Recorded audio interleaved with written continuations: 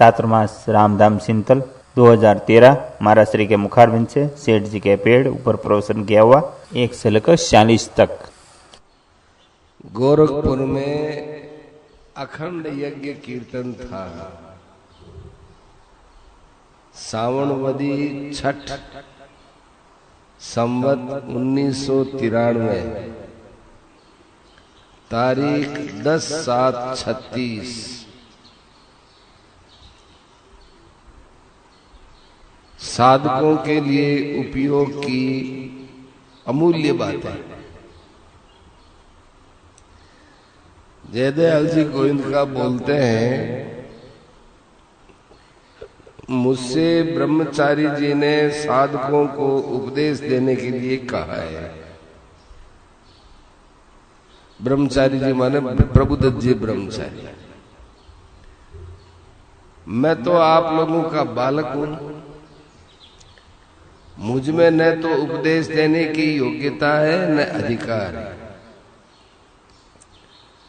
उनकी आज्ञा का पालन करने के लिए कुछ कहता हूं। यदि कुछ अनुचित कहूं तो आप मुझे क्षमा करेंगे, क्योंकि बालक क्षमा का पात्र ही होता है। इसमें कुछ मुझसे त्रुटियां हो तो उन्हें भी आप बताने की कृपा करें। जब महाराज युधिष्ठिर ने यक्ष से पूछा, जब महाराज युधिष्ठिर से यक्ष ने पूछा कि अपने चारों भाई भीम, अर्जुन, नकुल और सहदेव, इनमें से किसे जीवित करना चाहते हो, तो धर्मराज युधिष्ठिर बोले सहदेव को जीवित कर दीजिए। इस पर यक्ष ने कहा कि केवल सहदेव को जीवित करके आप क्या करेंगे? अर्जुन और भीम जैसे महाबली और महारथी को छोड़कर आप सहदेव की क्यों जिंदा करने की बात कहते हो? इसके उत्तर में उन्होंने कहा कि हे यक्षराज, लोग मुझे धर्मराज कहते हैं। यदि मैं भीम या अर्जुन को उठा लूंगा तो लोग मुझे कहेंगे कि मैंने राज्य के लोभ में पड़कर अपने भाई, अपने धर्म का त्याग कर दिया। इसी से मैंने इन दोनों के बजाय माद्री के पुत्र सहदेव का नाम लिया है। इसी तरह हम लोग साधक कहलाते हैं। अपने कल्याण के लिए अपने को सच्चे साधक बनने की आवश्यकता है। लोगों की दृष्टि में हम बहुत ऊंचे आदमी हैं।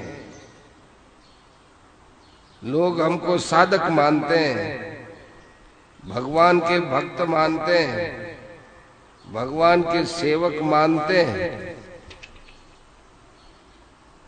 और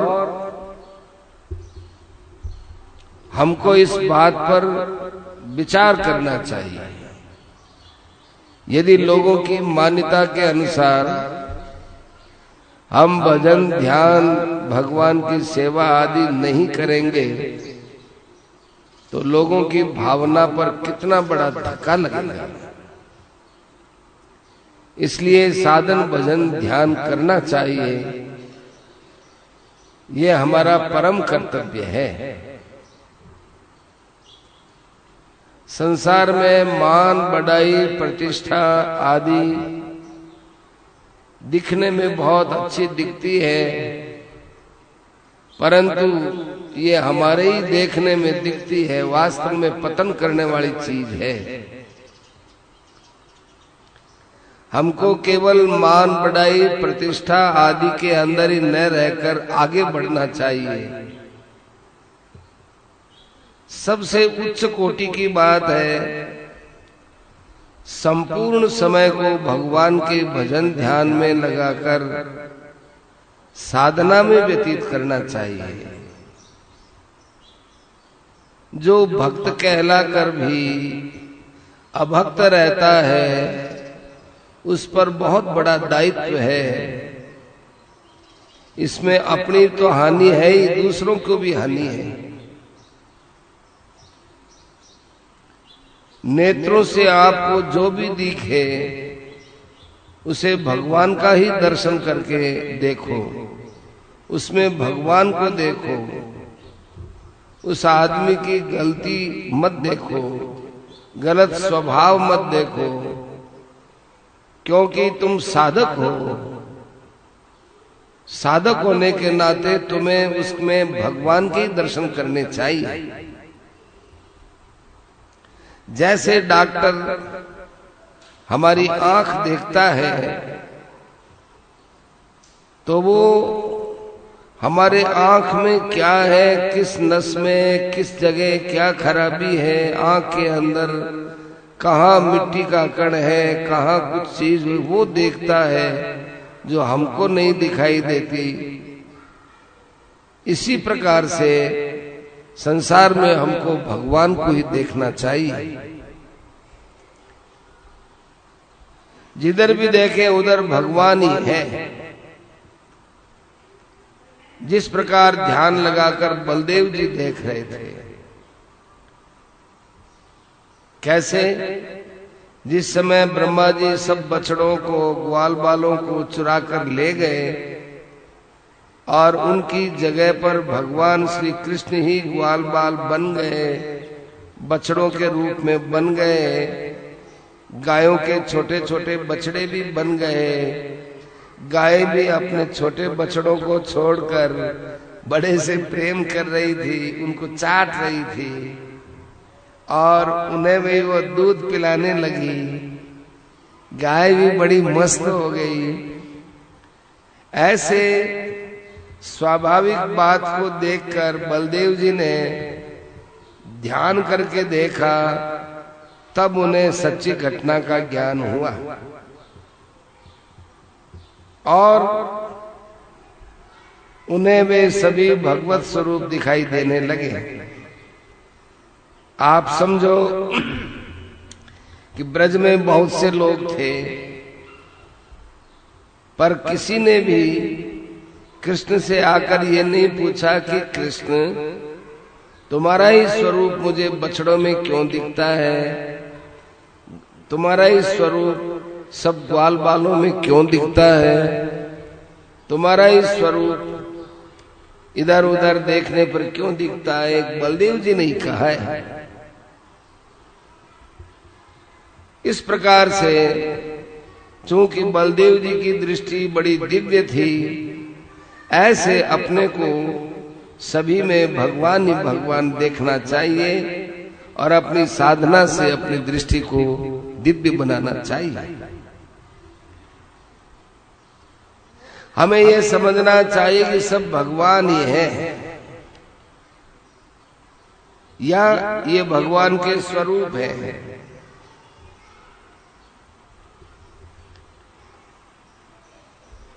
और भगवान मालिक है, ये सब भगवान के हैं, इनके मालिक भगवान हैं। ये सबसे बड़ी भगवान की पूजा है। नेत्रों से भगवान के गुण, प्रेम, प्रभाव, रहस्य आदि की बातों का पठन पाठन करना चाहिए। इसके अतिरिक्त दूसरी वस्तुओं के लिए अंधा बन जाना चाहिए। जैसे अंधे आदमी को कोई कहे कि ये बहुत बड़ा पर्वत है तो कहेगा मुझे पता ही नहीं। कोई अंधे आदमी को कहे कि इधर बहुत बड़ा जंगल है कि पता नहीं, ये बहुत विशाल वृक्ष है कि पता नहीं। ऐसे ही भगवान के अतिरिक्त हम लोगों को दुनिया में अंधा बनकर रहना चाहिए कि हमें कुछ पता ही नहीं, दिखता ही नहीं। कानों से हमें बहरा हो जाना चाहिए, एक भगवान की बात के अलावा सब बातों के लिए बहरा हो जाना चाहिए। बहरे आदमी के पास कोई कितनी बातें करे उसको समझ में नहीं आती। ऐसे कोई किसी की निंदा करे, कोई हमें कटु वचन सुनाए, कोई हमें लज्जित करे, अपमानित करे तो बहरा हो जाना चाहिए। दूसरी बातों के लिए बहरे बन जाने के माफिक आपके लिए संसार को बुलाने का कोई दूसरा उपाय नहीं है। भगवान के प्रेम प्रभाव आदि के अतिरिक्त दूसरी बातें सुने ही नहीं। ऐसे ही अपने मुख से भगवान के नाम और गुण के सिवाय कुछ न बोले गूंगा बन जाए। इस गूंगे बनने में बड़ा लाभ है। भगवान के अलावा यदि आप कुछ नहीं बोलोगे, गूंगे बने रहोगे, तो आपके मुंह से किसी की निंदा नहीं होगी, झूठ वगैरह नहीं कहा जाएगा, चापलूसी के शब्द नहीं कहे जाएंगे। कितनी ऊंचे दर्जे की बात है। हाथों से आप सब जीवों की सेवा करो और बुरा काम करने लगो तो उस समय ऐसा समझो कि मेरे हाथ कटे हुए हैं, मैं कर नहीं सकता। पैरों से चलो तो भगवान के नाम गुण प्रेम प्रभाव रहस्य आदि की बातें सुनने के लिए सत्संग में जाएंगे। इन्हीं के लिए पैरों से चलो, अन्यथा पंगु हो जाओ। और जगह जाओ, जाने का काम पड़े जहां भगवान की चर्चा नहीं हो तो मन में समझ लो कि हम पंगु हैं, हमारा पैर काम नहीं करता, हम चल नहीं सकते। हमारे जो इतनी बातें कही हैं उनका यही तात्पर्य है कि हमारे भगवान के लिए सब चेष्टा होनी चाहिए। मन से चिंतन करो तो भगवान का करो, बुद्धि से भगवान के स्वरूप का निश्चय करो और शरीर से भगवान भक्त साधु और ब्राह्मणों की सेवा करो। ये साधकों का बहुत बड़ा कर्तव्य का स्वरूप है। आप विचार करो, एक लोभी आदमी अपना सारा समय रोजगार में लगाता है और वो धन को ही परमेश्वर समझता है। वो चलते फिरते उठते बैठते काम करते हर समय रुपयों की ओर ही उसका लक्ष्य रहता है, उसी का चिंतन करता है। यहाँ तक कि सत्संग वगैरह में भी बैठता है तो भी उसको रुपयों का चिंतन ही होता है। उसी तरह साधक को हर समय भगवान के चिंतन में रहना चाहिए, अपने समय को भगवत चिंतन में लगाना चाहिए, उसे ही अपना लक्ष्य और परम धन समझना चाहिए। कितनी बढ़िया बात है। कबीरा सब जग निर्धना, धनवंता नहीं कोई, धनवंता सोई जानिए, जाके राम नाम धन हो।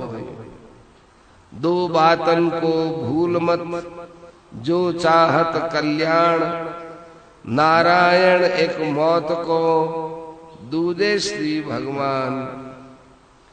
सुतदारा और लक्ष्मी पापी के भी होय, पर संत समागम हरि भजन तुलसी दुर्लभ दो। कितनी आनंद की बात है। कथा कीर्तन सेवा आदि सारी क्रियाओं का फल भगवान का ध्यान है और ध्यान का फल परमेश्वर की प्राप्ति है। हमारा साधन उच्च से उच्च कोटि का होना चाहिए। जब करते समय मंत्र के अर्थ की ओर ध्यान करना चाहिए। जैसे राम राम करते हैं तो साथ में ये भी विचार करो कि सब में रम रहा है, जो सब में विराजमान है, जो मुझ में भी है और जगह भी है, सब जगह है, जड़ चेतन सब वस्तुओं में रम रहा है, वो राम है। ऐसे करते राम राम राम राम लेना चाहिए। वाणी के द्वारा जब मन से चिंतन, बुद्धि से निश्चय करो, हरे राम राम राम हरे हरे, हरे कृष्ण कृष्ण कृष्ण हरे हरे। इस मंत्र का यही सार है कि भगवान कितने दयालु हैं। हे भगवान, आप हमारे पाप को हरते हैं। ओहो, हमारे पाप हमारे चिपके हुए हैं। जैसे घी के मटके में, घी की चिकनाहट में मैला माने मिट्टी वगैरह चिपका रहता है, वो धोने से साफ नहीं होता है। ऐसे ही हमारे जन्म जन्मांतर के कितने पाप अंदर चिपके हुए हैं। हे भगवान, आप कृपा करके इनको हरते हो। कितनी दयालुता है। हरे बोल करके सीधा यही भाव आना चाहिए। हरे राम, राम का अर्थ बता ही दिया। तो हरे राम हरे बोलते ही कृपा में डूब जाना चाहिए। राम बोलते ही भगवान में डूब जाना चाहिए। हरे कृष्ण, कृष्ण बोलते ही कहे भगवान, आप हमको कैसे अपनी ओर आकृष्ट करते हो। हम तो संसार के विषयों में, भोगों में, दुखों में जान जान कर गिरते हैं, लेकिन फिर भी आप हमें अपनी ओर खींचते हो। खींचने के कारण से आप कृष्ण हो। हरे कृष्ण कृष्ण कृष्ण हरे हरे। ऐसे भगवान के अर्थ में, नाम में डूब जाना चाहिए। कृपा करके पाप को हरने वाले, कृपा कर सब में विराजमान, कहीं दुर्लभ नहीं, और वो प्रेम से हमारी ओर देखने वाले, खींचने वाले प्रभु कितने दयालु हैं। ऐसे मस्त होकर के नाम लेना चाहिए। नाम का लक्ष्य और तात्पर्य नामी की तरफ लक्ष्य कराने का रहना चाहिए। नचिकेता के प्रति यमराज जी कहते हैं कि ओम ही साकार ब्रह्म है और ओम ही निराकार ब्रह्म है। इसी प्रकार राम कृष्ण हरि ये साकार भी हैं और निराकार भी हैं। यदि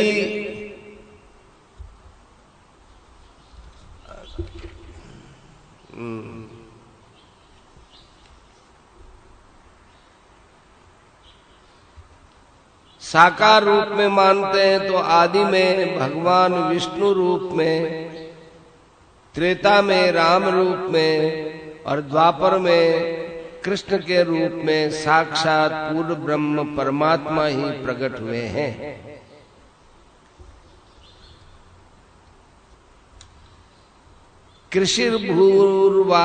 कृषिर्भूवाचको शब्दो नश्च निर्वृत्तिवाचक है। कृष्ण होनेपन का वाचक है, कृष्ण होनेपन का वाचक है और नए आनंद का वाचक है। ये आनंद नित्य है। भगवान श्री कृष्ण श्याम रूप में प्रकट हुए थे, इसलिए उनका नाम कृष्ण माने श्याम है। क्री आकर्षण का वाचक है। क्री ने कृष्ण है आकर्षण का, शायद छूट गया है। राम सब संसार में रमण करें, वह राम है। जिसमें योगी रमते हैं वो राम है, अथवा सब में रमते हैं वो राम है। रे, ए और मैं, इन अक्षरों से मिलकर राम बनता है। ऋग्वेद, सामवेद और यजुर्वेद ये राम है। ब्रह्मा विष्णु महेश ये राम है। भूर्भुवः स्वः ये भी राम है। भूतकाल, वर्तमान काल, भविष्यत काल ये भी राम है। जो आपको त्रिगुणात्मक सृष्टि दिखे वो सब राम है। एक आपको और रहस्य की बात बताते हैं कि हर नाम तो शिव का है ही, हरि भी शिव का ही वाचक है, क्योंकि हरि माने बानर और भगवान शंकर स्वयं हनुमान जी के रूप में बजरंग देव बनकर अवतरित हुए हैं। तो हरि भी नाम शिव का ही है, समस्त पापों को हरने वाला है, इसलिए भगवान का नाम हरि है।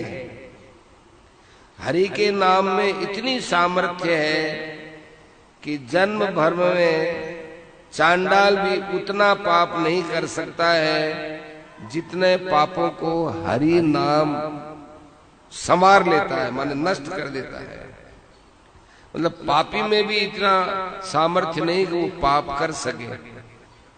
नाम है वो सबको समाप्त करता चला जाता है। जैसे बहुत बड़े पानी के वेग में किसी तिनके के रहने की ठोर ही नहीं, वो बह जाता है, ऐसे पापी के जितने पाप हैं, चंडाल के जन्म भर के पाप हैं, वो पाप हरि शब्द के उच्चारण के बाद रह ही नहीं सकते हैं, कोई ताकत ही नहीं है, वो बह जाते हैं। और भगवान स्वयं नरसिंह बने, नर हरि बने, इसमें भी भगवान का नाम हरि आता है।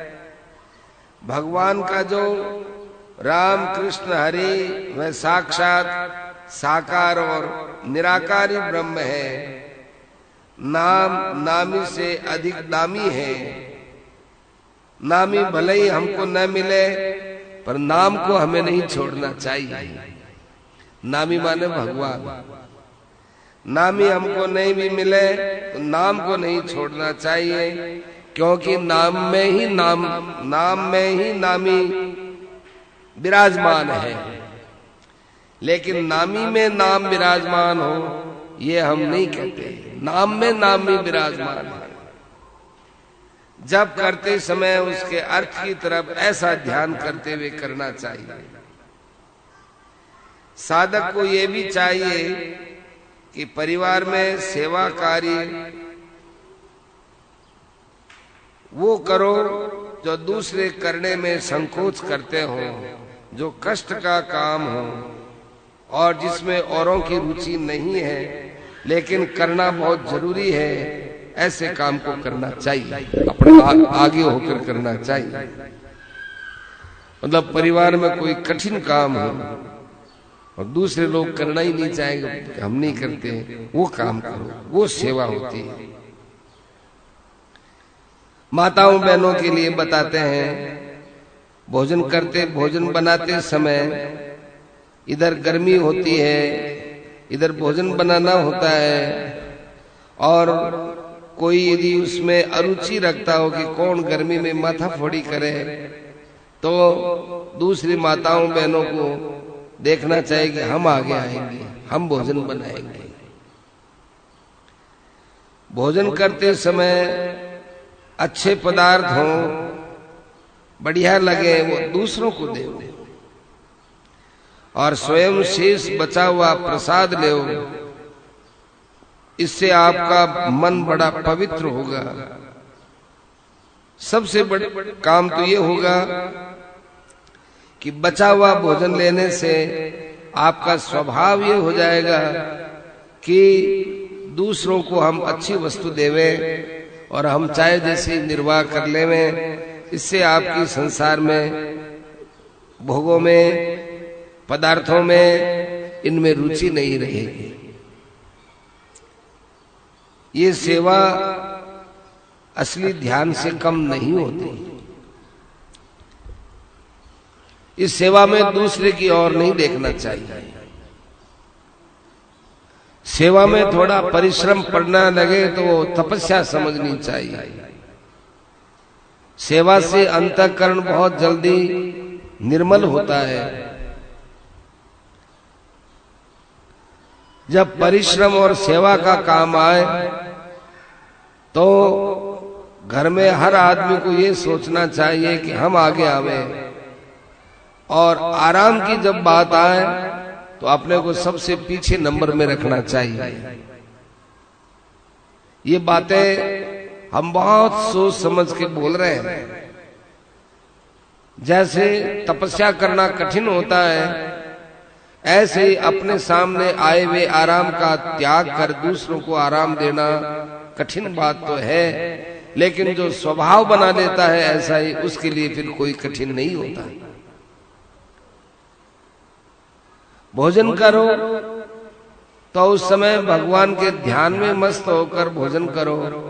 हे प्रभु, मैं आपका ध्यान नहीं करता, मैं आपको याद नहीं करता, और आप देखो मुझे मौके पर भोजन दे रहे हो, जल दे रहे हो, आप मुझे कितना याद करते हो, आप मेरे से कितना प्रेम करते हो, आप मुझे कितना चाहते हो, और मैं कैसा निष्ठुर हूं कि जो आपको भूलता हूं। हे प्रभु, भोजन में जो पदार्थ सब वो आप ही है, आप ही रोटी है, आप ही दाल है, आप ही चावल है, आप ही साग है, जो पदार्थ है वो आप ही है। हे प्रभु, आप भोजन बनकर मेरी क्षुधा को दूर करने के लिए साक्षात पधारे हो, मेरा आप कितना ध्यान रखते हो। हे प्रभु, हम आपको प्रणाम करते हैं। अभिप्राय यह है कि ऐसा विचार करते भोजन करो, स्वाद बुद्धि से मत करो। हमने क्या खा लिया, क्या पी लिया, हमको कैसा भोजन मिला, इसका ध्यान बिल्कुल मत करो। इसका ध्यान करने से आप भगवान से दूर हो जाओगे। अपना सारा समय हम बताए उसके अनुसार बिताना चाहिए। प्रातः 4 बजे उठो,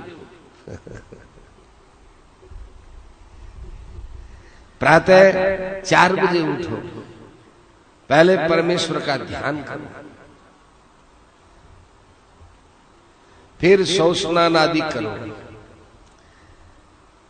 फिर संध्या करते हो संध्या करो।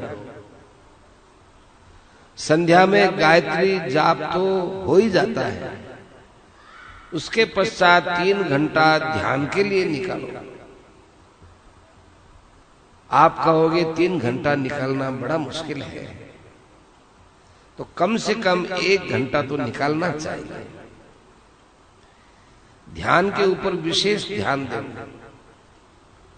कथा कीर्तन और ध्यान के साथ इतने तन्मय हो जाओ कि ध्यान के अतिरिक्त किसी बात की जरा भी खबर न रहे। मन में बड़े प्रसन्न होकर ध्यान करो कि ए भगवान आ गए, ओहो भगवान साक्षात मेरे हृदय में ही थे, वो प्रकट हो गए।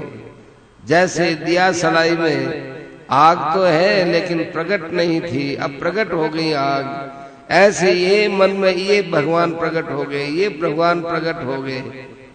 उस समय भगवान से आप खूब खेल भी कर सकते हो। देखो भगवान, आप छिपे रहे लेकिन प्रकट हो गए, हमने आपको देख लिया, अब आप छिप नहीं सकते हो। कहाँ छिपोगे? जहां आप छिपोगे वहां आप पहले से ही हो। ऐसे भगवान से खूब विनोद भरी बातें भी करते रहो। इस प्रकार का ध्यान करें। और आप कहो कि हम तो ध्यान करना चाहते हैं लेकिन ध्यान लगता ही नहीं है, तो फिर आप मन में घबराओ और रो भगवान के सामने रो। देखो आप लोग सत्संग में आते हो आनंद के लिए, लेकिन हम आपको रोने की बात बताते हैं, परंतु इस रोने में बहुत बड़ा आनंद छिपा हुआ है। खूब रो, उनसे प्रार्थना करो, पर अकेले में रो। मैं आपकी शरण में हूं, मेरा कोई बस नहीं चलता है, आपके सिवा दूर तक दृष्टि फैलाकर देखता हूं तो मेरा कोई नहीं है, कितना असहाय हूं। मैं चाहता हूं मेरा मन आप में लगे, लेकिन कितना विवश हूं, संसार में कोई भी मेरे मन को आप में लगा नहीं सकता। इसलिए अंतिम द्वार आप पर ही आया हूं, आपके दरवाजे पर पड़ा हूं। हे प्रभु, मुझे निराश मत कीजिए, मेरा कोई सहायक नहीं है। इस विषय में आपकी सहायता की मुझे बहुत बड़ी जरूरत है। हे प्रभु, आपके अलावा किसके पास जाऊं? ऐसा विलाप करें, मन को समझाए कि अरे मन, तू कितनी बड़ी भूल करता है। जिस संसार से तुझे बिछुड़ना है, जो संसार तुझसे बिछुड़ता है, जिसने सदा तुमको निराश किया है, जिस संसार से तुम्हें आज तक कुछ नहीं मिला है, तू उधर ही उधर दौड़ता है। तूने कभी विचार ही नहीं किया। अरे देख, प्रभु की बड़ी भारी कृपा है, जो पहले ही पहले हमको मानव शरीर दिया है। यदि ईश्वर की दया नहीं होती तो ये मानव शरीर हमें कैसे मिलता? ईश्वर और महात्माओं की इतनी दया होते हुए भी हम उस दया को नहीं समझे, कितनी बड़ी मूर्खता की बात है। ए पाजी मन, अभी भी संभल जा, तू हमको मूर्ख मत बना। तेरी मूर्खता की बातों में हम बहुत फंस गए। अब हम सत्संग में जाने लग गए हैं। तुझे तो ये बात अच्छी नहीं लगती है सत्संग की, परंतु हमें ये बात बहुत अच्छी लगती है। इतने पर भी यदि हम तुम्हारे कहे के चलेंगे तो फिर हमारे सरीखा कौन मूर्ख होगा? तूने हमको बहुत मूर्ख बना दिया। अरे, हम जिस काम के लिए आए थे वह काम हमको जल्दी बना लेना चाहिए था, परंतु तेरे चक्कर में आकर हम इधर उधर अटक गए। अब हम किसी प्रकार से तेरे साथ संसार में नहीं चलेंगे। हाँ, यदि तू भगवान की तरफ चलने की बात कहे तो हम तेरा बहुत बड़ा उपकार मानेंगे। हे मन, भगवान में खूब जोर शोर से लग जाए, देख फिर तेरे को विषय कैसे याद आ सकते हैं। अधिक से अधिक भगवान में लग जाओ। ऐसा आप साधन करते रहोगे तो आप बहुत जल्दी भगवान में लग जाओगे। लेकिन यदि आप सत्संग भी सुनते हो, ढीले ढीले होकर चलते हो, थोड़ा संसार भी भोगते हो, थोड़ा परमात्मा की तरफ भी चलते हो, तीव्र गति नहीं होती है, धीरे धीरे साधन करते हो, तो फिर आपको कई जन्मों में जाकर सिद्धि मिलेगी। जितनी अधिक जोर से कोशिश की जाएगी उतनी जल्दी भगवान की प्राप्ति हो सकती है। हम तो ये कहते हैं कि कोशिश करने से 12 महीने भी नहीं लगे, आपको भगवान साक्षात दर्शन दे सकते हैं।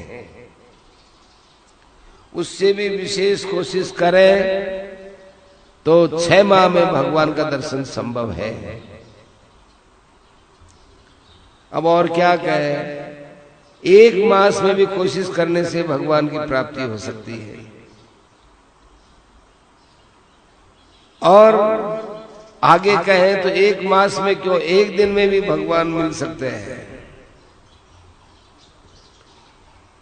और अंतिम बात हम कहते हैं कि अत्यंत उत्कंठा से प्रयत्न करने पर, श्रद्धा विश्वास होने से भगवान तो 1 क्षण में भी साक्षात दर्शन दे सकते हैं।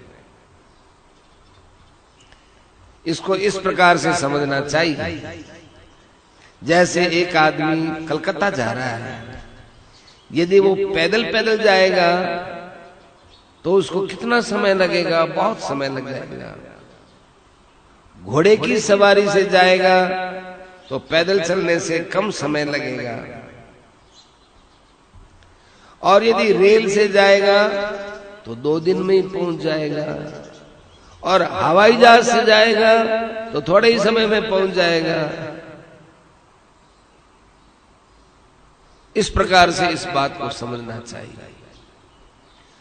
अत्यंत उत्कंठ इच्छा है, श्रद्धा और विश्वास है, तो वो वायुयान की यात्रा है। मन में खूब विश्वास रखो, मुग्ध हो जाओ, भगवान आएंगे, आज आएंगे, अभी आते हैं। इसी तरह भगवान के दर्शन करने की प्रतीक्षा करते हुए सदा प्रसन्न चित्त, उत्सुक और मुग्ध रहना चाहिए। भगवान के स्वरूप, लीला, गुण, प्रेम, प्रभाव और रहस्य को बार बार याद करके हमेशा हमेशा मुग्ध रहना चाहिए। भगवान की शरण ग्रहण करके अभिमान आदि दोषों को हटाना चाहिए।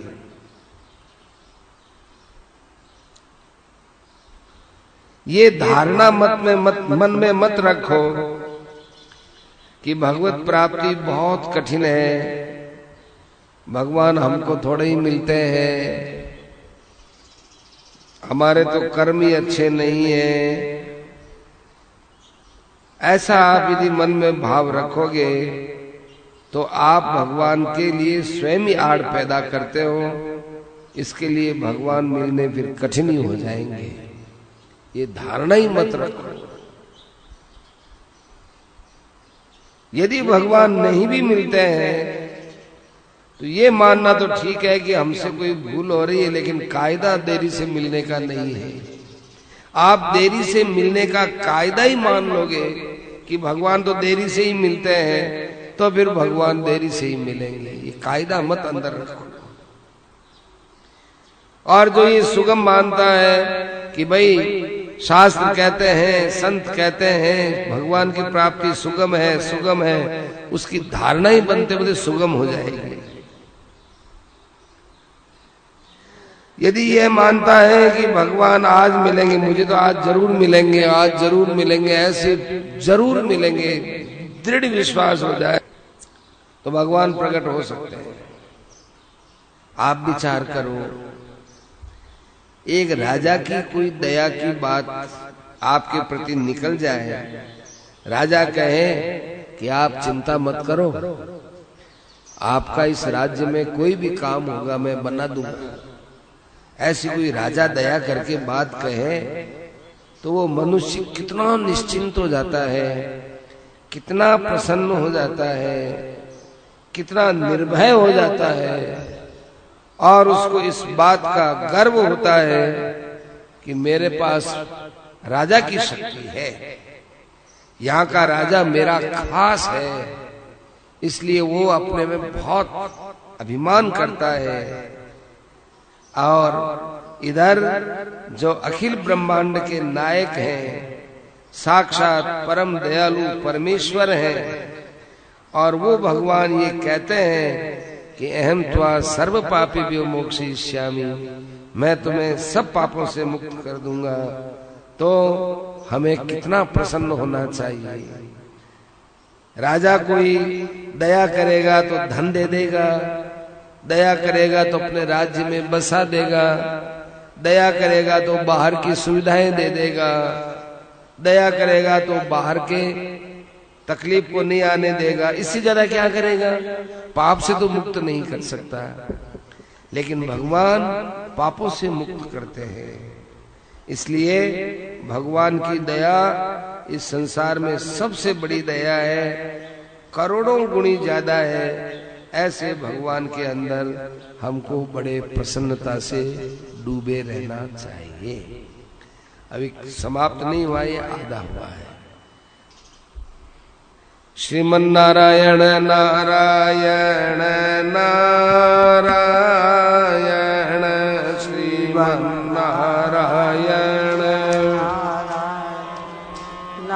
नारायण